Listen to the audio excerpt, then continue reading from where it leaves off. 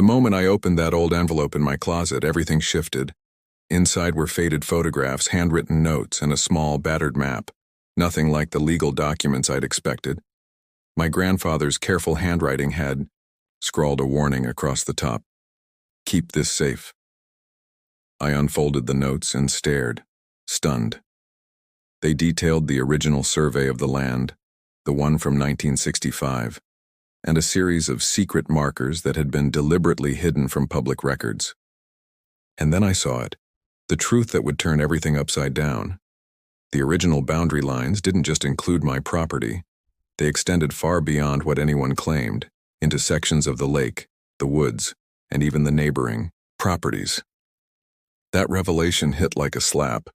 Brenda's HOA, that shiny new organization built just 5 years ago, had never had any real claim to the land.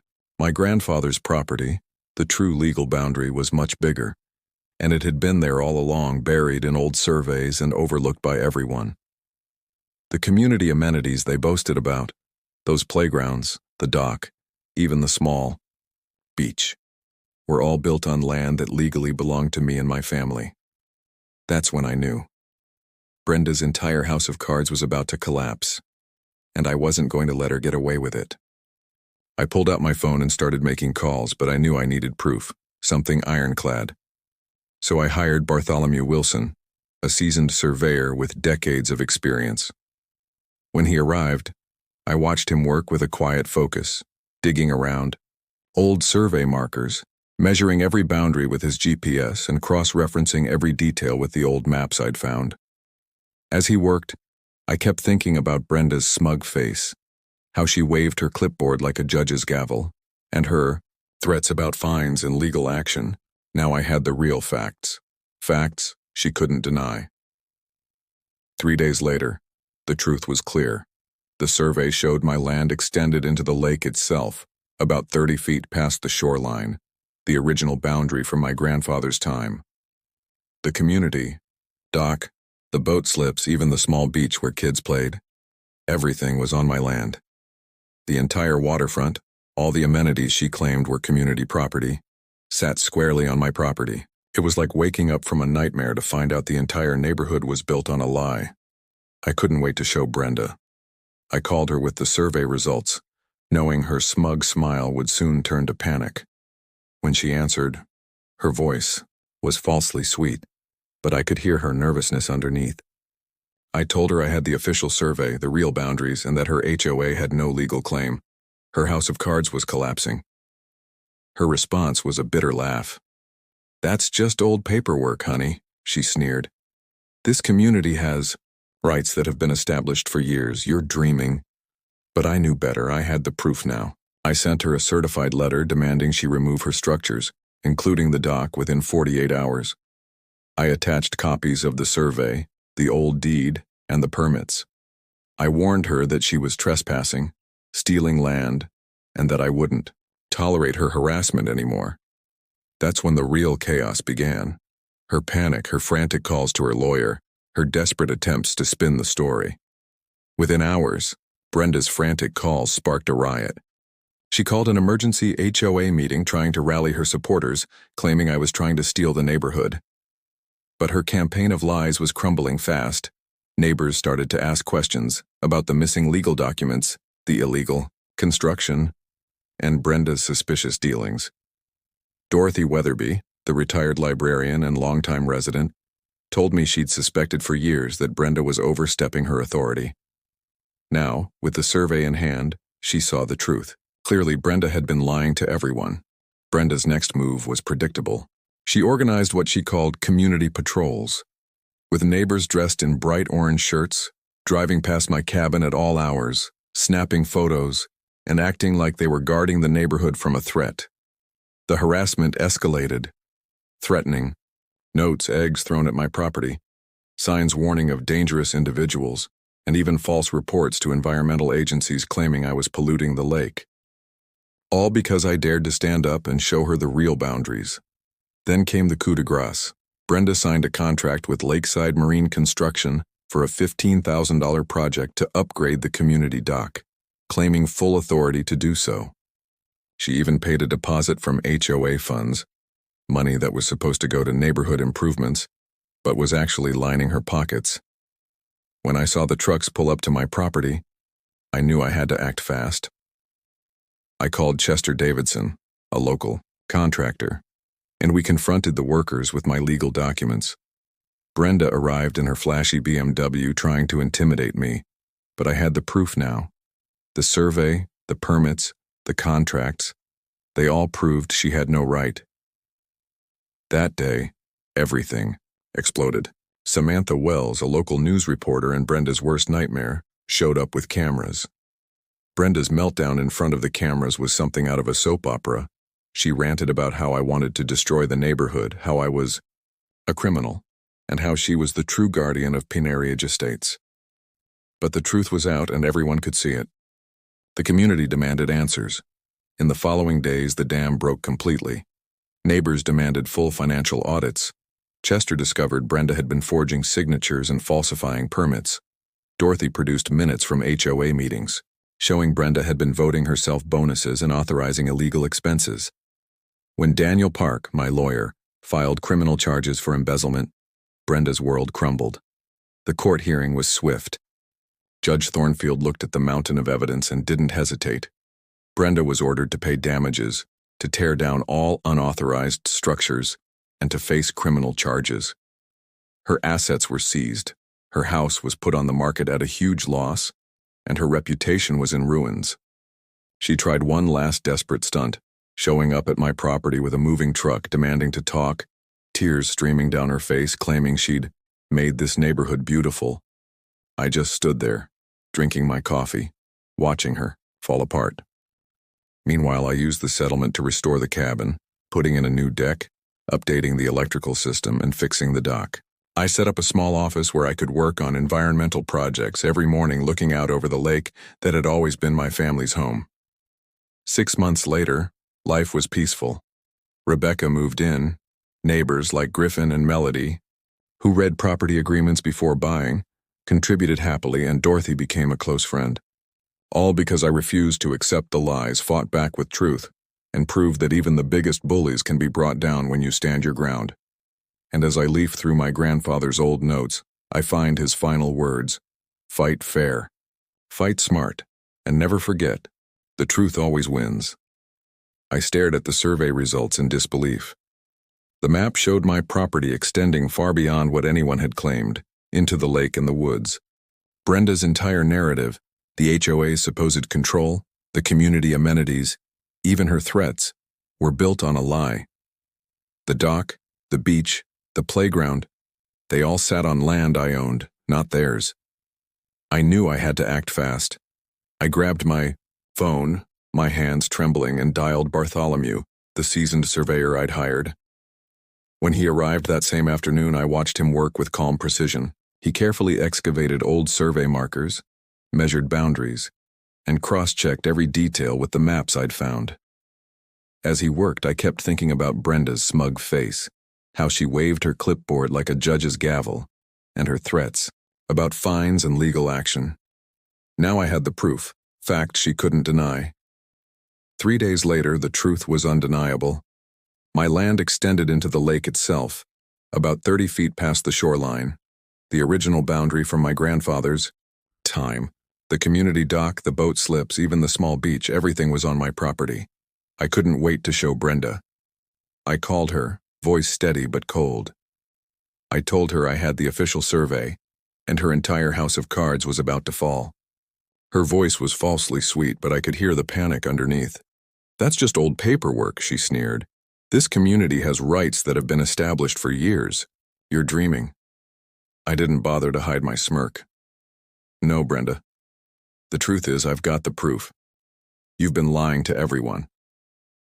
I warned her to remove her structures within 48 hours, her dock, her sheds, everything, before I took legal action.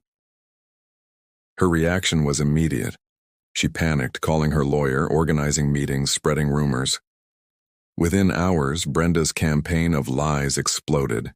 She claimed I was trying to steal the neighborhood, that I was a criminal, even a threat to their safety. She organized patrols, Neighbors in bright orange shirts driving past my cabin, snapping photos, acting like they were guarding the community from some invasion. Threatening notes appeared on my door. Eggs were thrown at my windows. Signs warning of dangerous individual went up around the neighborhood.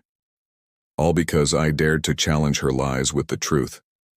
Then she signed a contract with Lakeside Marine Construction for a $15,000 project to upgrade the community dock. Money they had no right to spend. I saw the trucks pull up and I knew I had to stop this. I called Chester Davidson, a local contractor, and we confronted them. Brenda showed up in her flashy BMW trying to intimidate me, but I had the evidence. Her plans to upgrade the dock, the permits, the signatures, they all proved she had no authority. I waved the documents and her face turned pale. That's when everything blew open. Samantha Wells, a local reporter, arrived with cameras. Brenda's meltdown was epic. She ranted about how I wanted to destroy the neighborhood, about how I was a criminal, how I was working with outsiders to ruin everything. But the truth was in the footage and documents. The community demanded answers. Neighbors started asking questions about the missing permits, the illegal construction, the missing money. Dorothy Weatherby, a longtime resident, told me she'd suspected for years that Brenda was overstepping.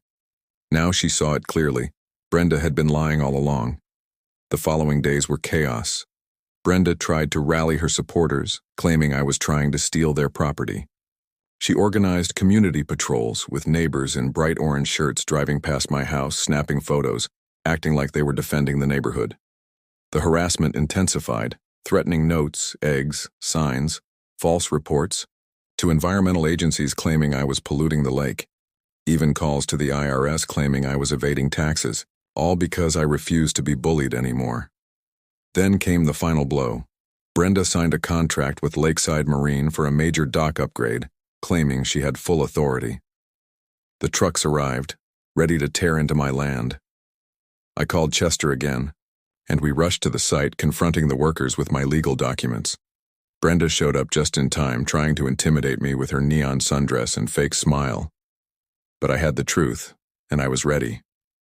Cameras recorded her, her voice giving orders, her face full of desperation. The community's patience snapped. Samantha's footage aired on the local news, and the city authorities moved swiftly. Daniel Park, my lawyer, uncovered a mountain of illegal activity, falsified permits, embezzled funds, and unauthorized construction. Brenda had been pocketing money from HOA fees, forging signatures, and signing contracts she had no right to. She had even secretly paid for the dock upgrade with community funds, money that was supposed to go toward neighborhood improvements, but was lining her pockets. When the court finally heard the case, Judge Thornfield wasted no time. In less than an hour, she ordered Brenda to pay damages, to remove all unauthorized structures, and to face criminal charges. Her assets were seized, her house was put on the market at a fraction of its value, and her reputation was shattered. She tried one last time to plead her innocence, showing up at my property, tears streaking her face, claiming I'd destroyed everything she worked for. I just watched her, sipping my coffee, knowing she'd finally lost. Meanwhile, I used the settlement money to restore my grandfather's cabin, new deck, new electrical, a proper dock. I set up my small office looking out over the lake every morning, reminded of why I fought. Because this land belonged to my family, and I wasn't going to let a bully steal it. 6 months later, life had settled into a peaceful rhythm. Rebecca moved in. Neighbors like Griffin and Melody, who actually read property papers, contributed happily. Dorothy, the retired librarian, became a close friend, and every morning I looked out at the lake grateful, and I kept the letter my grandfather left. His final words, written just months before his passing, still echo in my mind. Fight fair, fight smart, and never forget, the truth always comes out. When someone tries to bully you with fancy words and legal threats, remember, the real power is in the truth, and the truth always wins. Brenda's final desperate attempt to cling to her crumbling empire was as reckless as it was predictable. She stormed onto my property in a torn gray sweatshirt, flip-flops flapping, her face streaked with tears and mascara. Her voice, once sharp and commanding, now cracked with desperation. "This isn't over," she snarled, pointing her finger. "You think you've won? I'll make sure everyone knows the truth. You're just a thief trying to steal our community, my community." But I had the evidence. Every document, every photo, every recorded threat was now in my hands, and I knew she was cornered. Just then, the sound of engines roared in the distance. I looked up to see a convoy of trucks, flashing lights, and a team of officials, city, inspectors, environmental officers, and legal representatives coming straight for her. Brenda's mouth opened wide, but she was already shrinking back, realizing she'd gone too far. I watched her stumble backward, her eyes darting wildly as the reality set in. Her lies, her manipulations, her illegal actions. Everything was about to be exposed. Then, without warning, a man stepped out of the lead truck. Tall, stern, with piercing eyes and a voice that commanded attention. He was the county's top land investigator. He held a thick folder which he laid on the ground between us. "Mr. Thompson," he said, voice calm but firm, "we've reviewed the documents, the survey, and the permits. It's clear your grandfather's original land extends far beyond what they've claimed, and—" He paused, eyes narrowing. "The entire waterfront, including the dock and beach, is legally yours. All these structures, built without proper approval or permits, they're illegal." The weight of his words hit like a thunderclap. Brenda's face drained of color. She tried to protest, but her words faltered. The officials moved in, issuing orders, tearing down unauthorized structures, seizing illegal equipment, and documenting every illegal act. The crowd that had gathered, neighbors, reporters, even some of Brenda's supporters, began to realize the truth. She had been lying, stealing, and abusing her power all along. And then, the unthinkable happened. The county investigator pulled out a sealed envelope, much older and more worn than anything else in the case. He handed it to me. I opened it carefully, trembling. Inside was a handwritten note from my grandfather, dated just months before he died. His words, simple but powerful, echoed in my mind. "They'll try to take what's yours, don't let them. The truth is in the records. Fight fair, fight smart, and always remember, you hold the real power."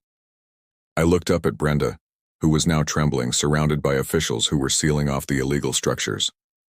"This land," I said loudly, voice steady, "belongs to my family. It always has. And now, with this evidence, the truth is out." I turned to the crowd. "This isn't just about land, it's about justice, about standing up for what's right. Brenda Rutherford, you've been caught red-handed, and your reign of lies ends today." As the officials prepared to finalize everything, I watched her stumble away, defeated, her false empire crumbling behind her. The community, once divided, now saw clearly. The truth had broken through her lies like a lightning strike, illuminating everything. And in that moment I realized something profound. The real power wasn't in the threats or the lies. It was in the truth, always, always in the truth. My grandfather's words had guided me, and now, standing on my land, I knew I had reclaimed not just my property, but my dignity, my history, and my future. The sun set over Lake Pineview, casting a golden glow on the water. The community was free, free from deception, from tyranny. I looked out across the peaceful lake, knowing that the fight had been fierce, but justice had finally won. And that, I understood, was the true victory, one that would echo in my family's history forever.